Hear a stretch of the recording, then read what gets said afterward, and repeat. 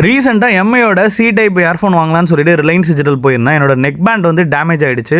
So இது product வந்து உங்களுக்கு ரிலையன்ஸோட ஆன்லைன் சைட்லேயே 450 கிடைக்குது. ஸோ இங்கே வந்து அவங்க 599க்கும் டிஸ்கவுண்ட் போக 499க்கு வந்து கொடுத்துட்ருக்காங்க. ஸோ இந்த 499க்கு பார்த்தீங்கன்னா அந்த ஹெட்ஃபோனு, அதுக்கப்புறம் அதுக்கு தேவையான அந்த ஏர் டிப்ஸ் எக்ஸ்ட்ரா அடிஷ்னலாக 2 கொடுக்குறாங்க. அதுக்கப்புறம் அந்த பேப்பர்ஸ் எல்லாமே அந்த பாக்ஸில் வந்து வந்துடுது. இதெல்லாம் தான் பாக்ஸில் இருக்கக்கூடிய கண்டென்ட்டு. ஸோ இந்த கேபிள் பார்த்தீங்கன்னா நல்ல சஃபிஷியண்ட்டான லென்த் உங்களுக்கு வந்து கொடுத்துருவாங்க. அதிலே பார்த்தீங்கன்னா volume plus and minus button, call accept பண்ணுறக்கூடிய பட்டனு, இன்பில் மைக் எல்லாமே வந்து இருக்கும். ஸோ அந்த ஃபிட்டிங் ஆகிறதும் பார்த்தீங்கன்னா காதுக்கு பக்காவும் வந்து ஃபிட் ஆகுது.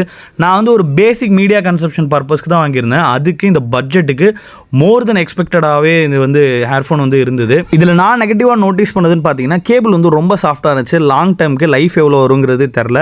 யூஸ்வலாக இந்த காது கிட்ட மாற்ற இடத்துலலாம் டேமேஜ் ஆகும். அது யூஸ் பண்ணி பார்க்கும்போது தான் தெரியும். இது இந்த சி டைப் ஹேர்ஃபோன் எப்போவுமே நீங்கள் சார்ஜ் போட்டு யூஸ் பண்ணவே முடியாது. ஸோ இதெல்லாம் தவிர்த்துட்டு பார்த்தீங்கன்னா ஒரு பட்ஜெட்டுக்கு சூப்பரான ஹேர்ஃபோனை மறக்காமல் ட்ரை பண்ணுங்கள். தேங்க்யூ.